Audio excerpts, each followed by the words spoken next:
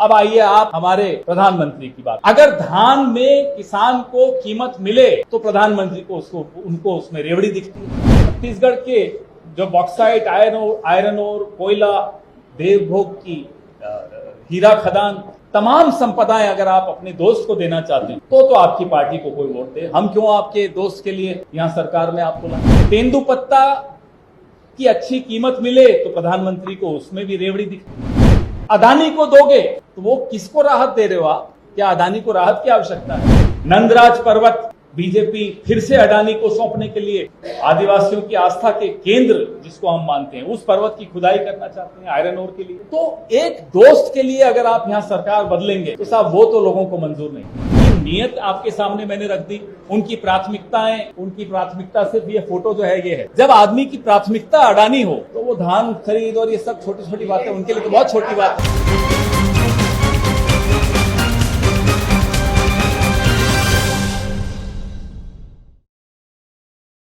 Congress committee के media विभाग के अध्यक्ष,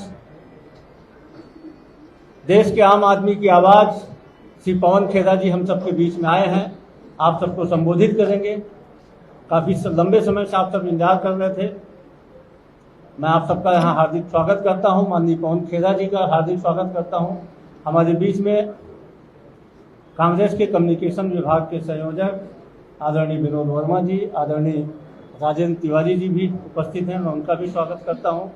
हमारी इस चुनाव के लिए माननीय पवन खेड़ा जी ने जिनको प्रभारी बनाया है, आदरणीय राधिका खेड़ा जी, आदरणीय पूजा त्रिपाठी जी, और यहाँ उपस्थित हमारे प्रवक्ता साथियों का भी मैं स्वागत करता हूं। और बीच में ज़्यादा समय न लेते हुए माननीय पवन खेड़ा जी से अनुरोध करूँगा कि आपको सीधे संबोधित करें। नमस्कार साथियों, विलंब के लिए बहुत बहुत क्षमा चाहता हूँ। कोई भी चुनाव हो, अगर हम सत्ता में हैं तो हमारा एक कर्तव्य है कि हम आपके माध्यम से वोटर के सामने अपना बही खाता खोलकर सामने दिखाएं कि साहब ये हमारा बही खाता आपके सामने। मुझे लगता है ये परंपरा आवश्यक है और इस परंपरा की शुरुआत का आरंभ कांग्रेस पार्टी ने किया है। बड़े गर्व के साथ मैं कहता हूं, पिछले 5 साल इस पूरे विश्व के, हमारे देश के, हमारे इस प्यारे से प्रदेश के कैसे गुजरे वो आपके सामने हैं। उसमें 2.5 साल बहुत ज्यादा लोग परेशान रहे कोविड की महामारी से। उसके बावजूद अगर बही खाता खोल के देखें तो मैनिफेस्टो का आपने कितना कुछ हासिल करके दिखाया, इसको देखकर पूरा विश्व अचंभित है। यहां से दिखता है कि नीयत हमारी बघेल सरकार की, यहां कांग्रेस सरकार की कैसी नीयत थी, कितनी अच्छी नीयत थी। ना केवल किसान, ना केवल नौजवान, ना केवल मजदूर, ना गृहिणियां, ना आदिवासी, सब कोई ऐसा वर्ग हो जिसको छुआ नहीं हो हमारी यहां की योजनाओं में, ऐसा आपको कोई वर्ग नहीं दिखे। इसलिए बड़े गर्व के साथ अब छत्तीसगढ़ आने के लिए तो प्रतियोगिता है हमारे यहां आपस में। हम लोग जितने राष्ट्रीय नेता हैं छत्तीसगढ़ जरूर आना चाहते हैं प्रचार में, क्योंकि यहां बोलने को बहुत कुछ है, बहुत कुछ करके दिखाया। मैं आपको ये कहानी मेरी बड़ी प्रिय कहानी है और सत्य घटनाओं पर आधारित कहानी है। राहुल जी और हमारे कई नेता शपथ ग्रहण समारोह में राजस्थान, मध्य प्रदेश और छत्तीसगढ़ एक ही दिन में तीनों मुख्यमंत्रियों को शपथ दिलवाने आए। सबसे पहले राजस्थान सुबह आए, फिर मध्य प्रदेश पहुंचे और फिर छत्तीसगढ़। जब वो वापस दिल्ली शाम को राहुल गांधी पहुंचे और उनको खबर आई कि तीनों मुख्यमंत्रियों ने कैबिनेट की मीटिंग बुलाकर ऋण माफी, किसानों की ऋण माफी पर हस्ताक्षर किए। अभी सूरज नहीं ढला और मैनिफेस्टो पर काम होना शुरू कर दिया। बताइए कौन सी ऐसी पार्टी, कौन सी ऐसी सरकार आपने आज तक देखी है जो इस तरीके से काम करने की शैली देखी। 2019 में राहुल गांधी जी ने न्याय की बात की, हम नहीं जीत पाए लोकसभा। छत्तीसगढ़ की सरकार ने न्याय को परिभाषित किया, नीतियां ऐसी बनाई कि न्याय मिला आदिवासियों को, धान खरीदी में किसानों को, आप कोई नाम ले लीजिए, हर वर्ग को वो राहत मिली। अब आइए आप हमारे प्रधानमंत्री की बात थोड़ी देर कर लेते, उनकी बात के बगैर अफसाना अधूरा हो। मैं जिसे राहत कहता हूं, अभी जो मैंने बखान किया हमारी राहत का, उसको वो रेवड़ी कहते हैं।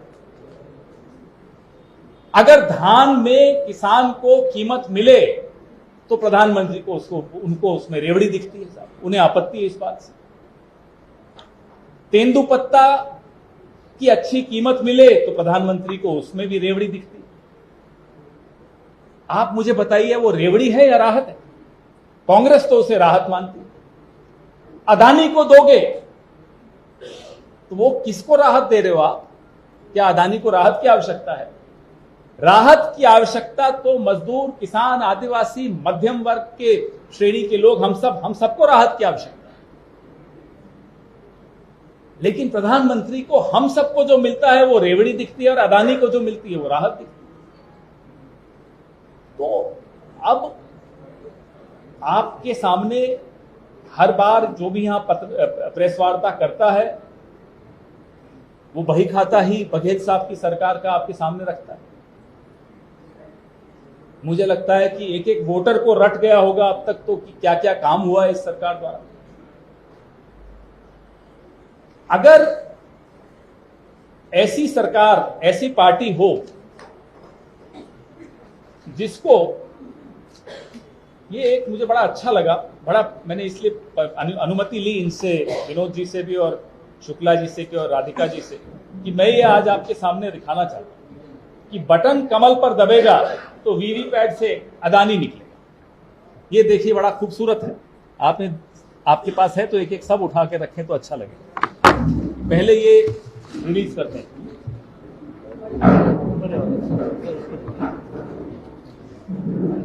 अब ये देखिए, ये है रेवड़ी।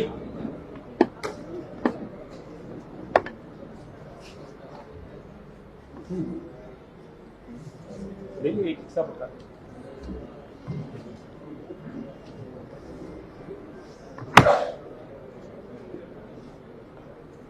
छत्तीसगढ़ की संपदा को अगर गौतम अदानी को सौंपने के लिए ये सरकार में आना चाहते हैं तो नियत आपके सामने दिखा दिया। बैठ जाएं तो फिर आगे बात। ये रहने दो, मैं करूंगा। हमें वोट क्यों दें उसका बही खाता तो आपके सामने है, उन्हें क्यों न दें यह भी आवश्यक है आपके सामने, उसकी भी बात करनी जरूरी है। तो छत्तीसगढ़ के जो बॉक्साइट, आयरन ओर, कोयला, देवभोग की हीरा खदान, तमाम संपदाएं अगर आप अपने दोस्त को देना चाहते हैं तो आपकी पार्टी को कोई वोट दे। हम क्यों आपके दोस्त के लिए यहां सरकार में आपको लाएं? ये जनता पूछ रही है, मैं नहीं पूछ रहा, यहां के लोग पूछ रहे हैं। नगरनार इस्पात का मुद्दा हमने अभी पिछले सप्ताह दिल्ली में भी उठाया, वो भी आप अपने दोस्त को देना चाहते हैं, उसका भी आप रास्ता साफ कर रहे हैं। कोयला खदान आप मालूम ही है, पूरा किस्सा आपको मालूम है। सीमेंट कंपनियां जो इस राज्य की हैं वो भी अगर आप अपने दोस्त को देना चाहें। सरकारी बिजली कंपनियों पर कब्जा किसका? आपके दोस्त का कब्जा। नंदराज पर्वत बीजेपी फिर से अडानी को सौंपने के लिए आदिवासियों की आस्था के केंद्र जिसको हम मानते हैं, उस पर्वत की खुदाई करना चाहते हैं आयरन ओर के लिए। तो एक दोस्त के लिए अगर आप यहां सरकार बदलेंगे तो साहब वो तो लोगों को मंजूर नहीं। धान खरीदी बंद हो जाएगी। आप देख रहे हैं किस तरह से कर्नाटक, जहां कांग्रेस की सरकार आई, वहां धान देंगे नहीं, छत्तीसगढ़ जहां कांग्रेस की सरकार है, यहां से धान खरीदेंगे नहीं। अरे आप देश के प्रधानमंत्री हैं, वहां हम पैसा दे रहे हैं, कर्नाटक पैसा दे चुकी, जमा करा चुकी, लेकिन वहां आप चावल नहीं देंगे, वहां चावल देंगे नहीं। यहां छत्तीसगढ़ पूरे देश के लिए चावल पैदा करता है, लेकिन आपको मन में ये आ जाता है साहब, ये ऐसी सरकार है जो मेरे दोस्त को सब कुछ नहीं देना चाहती, जो गरीब और आदिवासी को सब कुछ देना चाहती है, इस सरकार को मैं असहयोग करूंगा उसके साथ, तो यहां से धान खरीदूंगा नहीं। इस तरह की पार्टी, मुझे लगता है उसको वोट मांगने भी अगर वो यहां आए तो खरी खरी सुना देना, वोट तो बहुत दूर की बात है, ऐसी पार्टी को खरी खरी सुनाकर वापस भेजना, ताकि नरेंद्र मोदी जी को सुनाई दे कि लोग उनके और उनकी दोस्ती के विषय में क्या कहते हैं। किसान न्याय योजना हो, बिजली बिल जो हमने आधा किया, ये सब खत्म हो जाएगा अगर इनकी पार्टी को वोट, क्योंकि इनकी प्राथमिकताएं अलग है।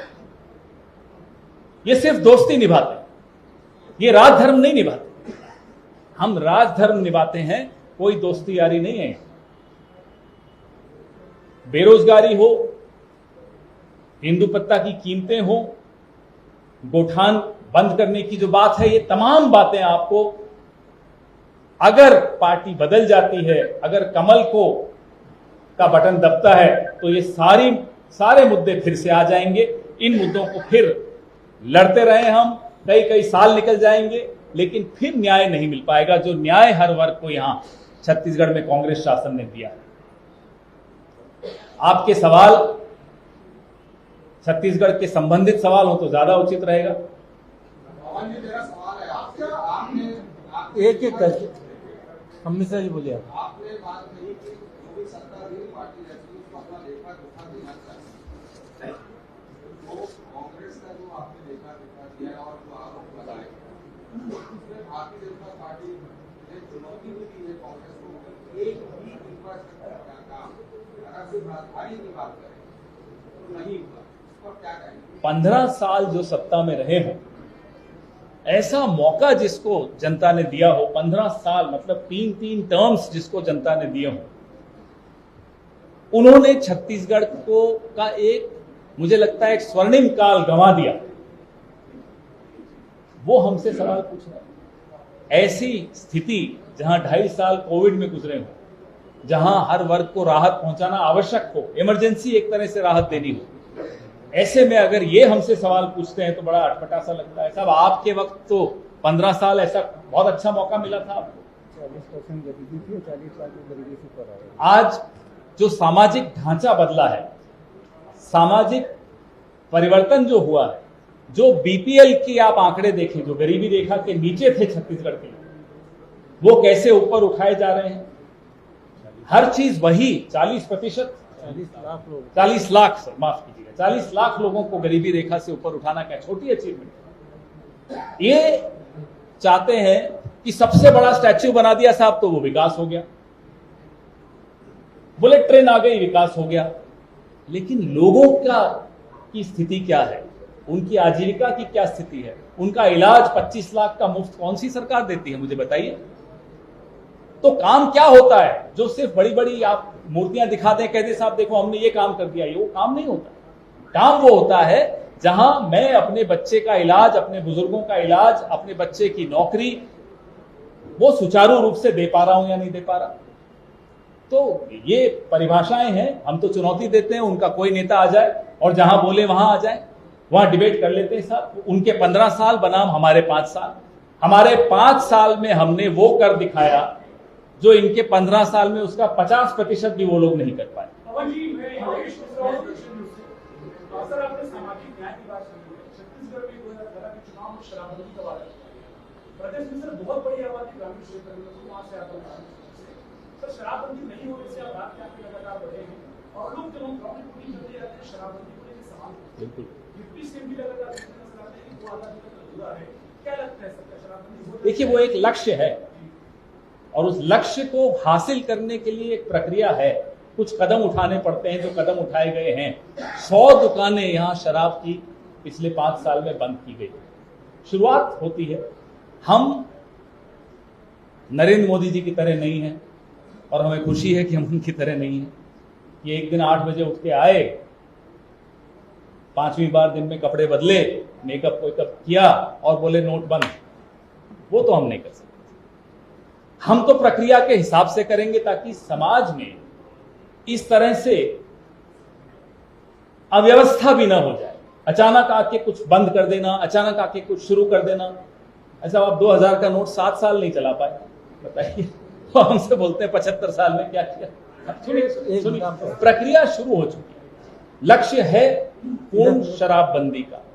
उस लक्ष्य को हासिल करने के लिए क्या क्या कदम उठाने चाहिए ताकि वो लक्ष्य ना केवल हासिल किया जा सके, उसमें फिर कोई उसका प्रभाव ऐसा ना आए समाज पर कि कोई नुकसान हो। वो हासिल करने में जो समय लगता है वो लगेगा। और बड़ी ईमानदारी से मैं आपको गौरव जी छत्तीसगढ़ में धान खरीदी बहुत बड़ा मुद्दा होता है। आपकी पोस्टर में परिजीवी की धान खरीदी बंद हो जाएगी या राजीव गांधी न्याय योजना बंद हो जाएगी, ऐसा क्यों? भाई, जो आदमी की नीयत सामने है ना कि साहब रेवड़ी है ये, तो जब वो रेवड़ी मान के चलते हैं तो आपको क्या लगता है वो करेंगे? उनकी नीयत आपके सामने मैंने रख दी, उनकी प्राथमिकताएं, उनकी प्राथमिकता सिर्फ ये फोटो जो है ये है। जब आदमी की प्राथमिकता अडानी हो तो वो धान खरीद और ये सब छोटी छोटी बातें उनके लिए तो बहुत छोटी बात है। ये संजय जी, एक मिनट आप। धान को लेकर के ही बीजेपी का यहाँ सबसे ज्यादा फोकस धान को लेकर के ही है। ये हरेक सभा में जाकर के कहते हैं कि हम धान का, किसानों का सबसे ज्यादा ख्याल रखेंगे। अभी उनका पूरा कैंपेन उसी में फोकस होकर चल रहा है। इस पे क्या कहना चाहेंगे, इससे कैसे निपटेंगे? अगर धान खरीदी पे उनका इतना ही ध्यान था तो हमें बताइए कि छत्तीसगढ़ की किसान का धान से उनको क्या नफरत थी, क्यों नहीं ले रहे थे उस वक्त? क्यों हमें चावल, माफ करना, मैं थोड़ा देहात का आदमी नहीं हूं ना, मैं शहर का आदमी हूं। तो जब आपके पास समय था, 5 साल आपने आपकी नीयत बता दी। अब आप कुछ भी बोलते रहिए, आपकी बात हम क्यों माने?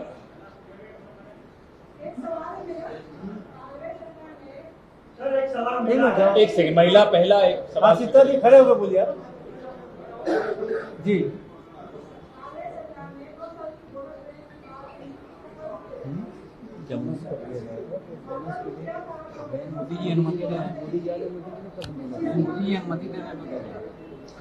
नहीं, आपने सवाल तो बिल्कुल उचित पूछा लेकिन गलत व्यक्ति से पूछ लिया। मोदी जी से बोल दीजिए, अनुमति दे दीजिए, तुरंत हम कर देंगे। एक एक करके सवाल है 2018 में भी मध्य प्रदेश में आपकी सरकार ने 18 महीनों के बाद हमने नहीं देखा। छत्तीसगढ़ में सरकार जीती है और आने वाले चुनाव में भी उत्तर प्रदेश में काम में अगर सरकार की कुछ सीटें कम हो जाती है, उसका इस तरह से मदद करेंगे। क्यों कम हो जाती है पहले तो मुझे ये बताओ। हम तो बढ़ाने आए हैं, आप कह रहे हो कम हो जाएंगे। अब मैं मानूंगा ही नहीं, क्यों बड़े कम होंगे सर?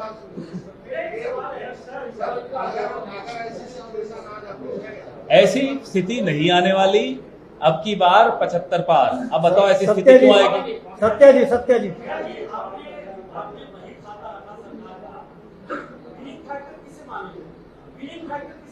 विनिंग फैक्टर ये बड़ा कठिन सवाल है।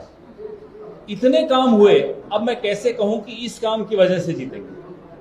तो मुझे लगता है अब रिपोर्ट कार्ड में अगर टीचर लिख देता है 10 में से 10, अब मुझे क्या मालूम कि हैंडराइटिंग के कितने नंबर दिए, जवाब के कितने नंबर दिए, टीचर का मूड अच्छा था, मुझे नहीं मालूम। 10 में से 10 मिल गया, अब मैं क्या कहूं? इसका विश्लेषण आप चुनाव के नतीजे के बाद करना। जुल्फिकार अली जी, एनडीटी।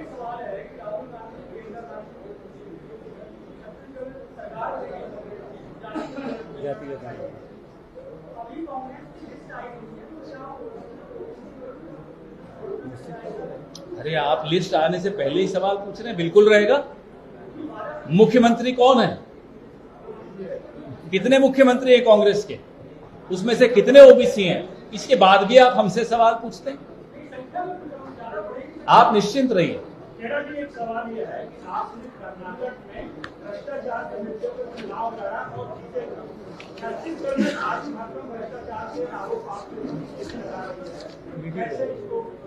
अब वो छत्तीसगढ़ में भ्रष्टाचार के आरोप कौन लगा रहा है?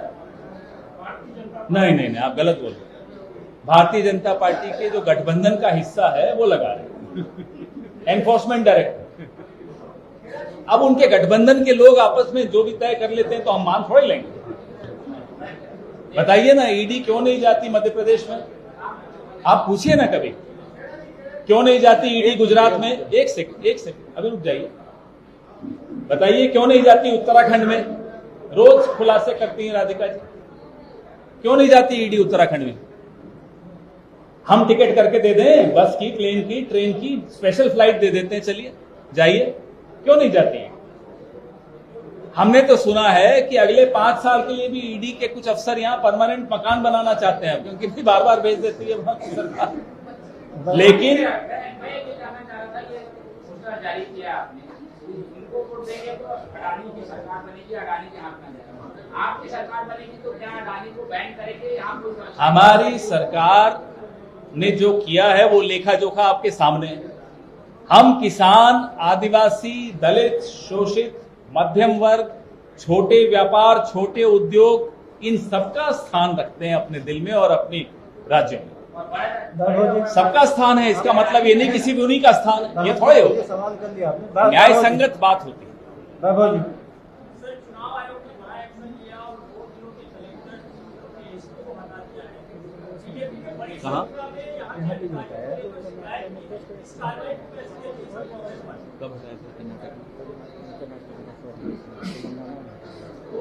उनकी कार्रवाई है, वो जाने। तेलंगाना में भी सुना 10 हटा दिए, उसमें मैं क्या टिप्पणी करूं? आपने शुरुआत में घोषणा पत्र से की कि शाम तक घोषणा पत्र किए गए वादे उसमें से 2 वादे पूरे हो गए, जैसे शुरुआत में 36 वादे किए गए, जिसमें 2 प्रमुख बातें, शराबबंदी, दूसरा निजीकरण। आपने शराबबंदी की बताया कि रातों रात नहीं कर सकते, जब घोषणा पत्र में शराबबंदी कुछ का बचा है, उसको वादे करना, इसके 27% बढ़ाना। निजीकरण हुआ, कुछ का बचा है। देखिए, वो भी प्रक्रिया है, कुछ का नियमितीकरण हो गया, कुछ बचा है। 27% वेतन भी बढ़ा दिया। चली क्या गई, आ रही है।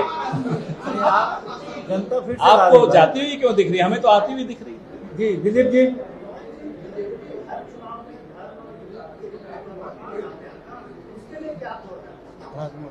देखिए साहब, कोई आज से थोड़ा ही कर रहे हैं। जब इनका नाम कुछ और था, हिंदू महासभा नाम था, तब से कर रहे हैं। जब हमारे और आपके पूर्वज देश को आजाद कराने की बात करते थे, तब भी ये हिंदू मुसलमान करते थे। फिर बने ये जनसंघ, फिर भी यही काम करते रहे। राग इनका नहीं बदला, यही राग चलता रहा है। फिर बने ये जनता पार्टी 77 में, फिर भी यही राग। फिर बने ये भारतीय जनता पार्टी, फिर भी यही राग। तो हम इनसे निपटना जानते हैं और ये देश भी इनसे निपटना जानता है। इसकी कोई तोड़ की जरूरत नहीं होती। ये धर्म का जो कार्ड लाते हैं, ये आपको और हमारे को कैसे तोड़ेंगे, ये चाहते। विश्वकर्मा जी। इस देश की फैक्ट्री सेटिंग्स कांग्रेस है। कांग्रेस की विचारधारा इस देश की विचारधारा है और इस देश की विचारधारा कांग्रेस की विचारधारा है। ये बाहर की विचारधारा है जो लाते हैं, ये नहीं चल सकती ज्यादा दिन तक। जहां संवाद से काम चलता हो, वहां ये विवाद पैदा करने की कोशिश करते हैं। विवाद वाले लंबा नहीं चलते, संवाद वाले ही लंबा चलते हैं।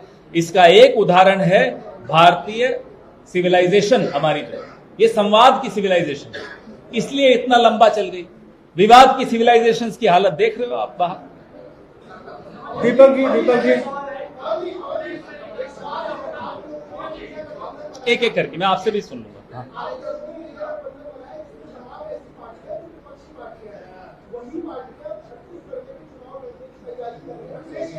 देखिए, गठबंधन इंडिया अलायंस 2024 के लोकसभा चुनाव के लिए ये गठबंधन है। मैं समझ गया आपका सवाल। आपने जब 2 शब्द बोले, मेरे को आखिरी शब्द भी समझ में आ गया था। ये विधानसभा का चुनाव है, सब अपना भाग आजमा के देख लें। मैं क्यों रोकूं उनको, हम क्यों रोकें उनको? भाई सबका हक है ना, लड़ने का भी हक है, हारने का भी हक है। लेकिन इंडिया अलायंस 2024 के लिए एक अलायंस है, बड़ी मुझे लगता है सब साफ नियत के साथ हम लोग सब एक कमरे में बैठते हैं और 2024 में इस देश को एक नई, एक अच्छी सरकार देने का हम लोग एक संकल्प बना चुके हैं। राम प्रसाद जी।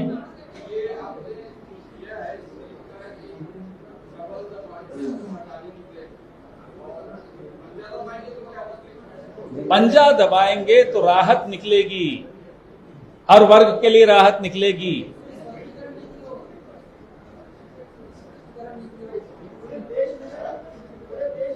पंजा दबाने का तो आपको मालूम है, पिछले 5 साल में इतना काम हुआ, तो अब भी बताना पड़ेगा तो बड़ी अजीब सी बात हो जाएगी। जी नंदू जी।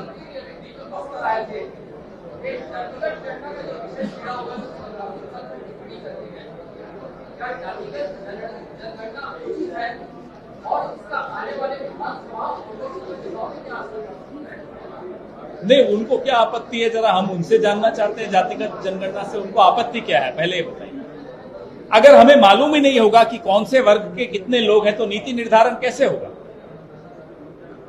कोई ऐसा डॉक्टर मिला आपको जो कहेगा साहब नहीं मेरे को एक्सरे से आपत्ति है? क्यों है साहब? आपको मालूम कैसे पड़ेगा कि प्लास्टर कहां बांधना है, राहत क्या देनी है, दवाई कौन सी देनी है, इलाज क्या होना है? तो ये बात हमें नहीं समझ में आती कि जाति जनगणना से इतना घबराए हुए क्यों हैं। जिस दिन अप्रैल में कोलार में, कर्नाटक में राहुल जी ने सबसे पहले जाति जनगणना की बात की, तब से प्रधानमंत्री को सुना 18 की जगह 20-20 घंटे जागने लगे हैं।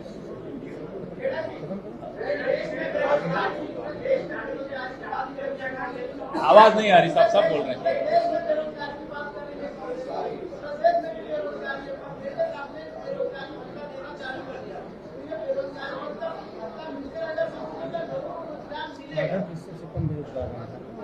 आधा %। आप तुलना करिए, देश की बेरोजगारी के आंकड़े सामने रखिए, छत्तीसगढ़ की बेरोजगारी के आंकड़े सामने रखिए। 0.5% अगर बेरोजगारी है, तब भी बेरोजगारी भत्ता देने की नीयत देखिए आप। यहां से दर्शाता है कि आप जब तक रोजगार नहीं ले पा रहे हैं, नहीं मिल पा रहा है, तब तक आपको हम भत्ता देंगे। फर्स्ट एड होता है, इसका मतलब नहीं है पूरा इलाज है, पूरा इलाज करने की भी हमारी मंशा है। हाँ समरेन जी, आखिरी सवाल है। समरेन जी बताइए।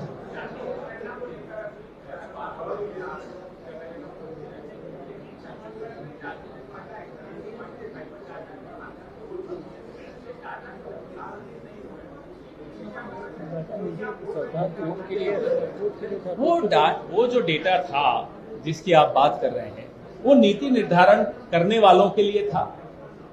अब नीतियां उसके आधार से बन गई, विधेयक पास होकर राजनिवास में अटका हुआ पड़ा हुआ है आरक्षण का है। वो नीति पर जवाब सवाल पूछ रहे हैं, वो आंकड़ा मांग रहे हैं। हम तो कह रहे हैं भाई जाति जनगणना आप करा दीजिए ना, 2021 की क्यों नहीं करवा रहे? हमें कहने साहब आप आंकड़ा दो। अरे हमने जो नीति बना दी, आप उस पर क्यों बैठे हुए हैं? आप उस फाइल को क्यों नहीं क्लियर कर रहे? पब्लिक तो नहीं मांग रही, मोदी जी चाहते हैं। क्यों चाहते हैं? आ गया ना बिहार में, आंकड़ा सामने आया ना, क्यों परेशान है तब से? कमाल की लोग साहब। हम करेंगे नहीं, आप करोगे तो पूछेंगे साहब क्यों किया, फिर भी आप करोगे तो कहेंगे अच्छा दिखाओ, अच्छा दिखाएंगे तो कहेंगे पब्लिक को दिखाओ। बहानेबाजी कब बंद करोगे साहब? आप क्यों नहीं करवा रहे जाति जनगणना? हम आपसे ये जानना चाहते हैं। धन्यवाद आप सभी का, थैंक यू।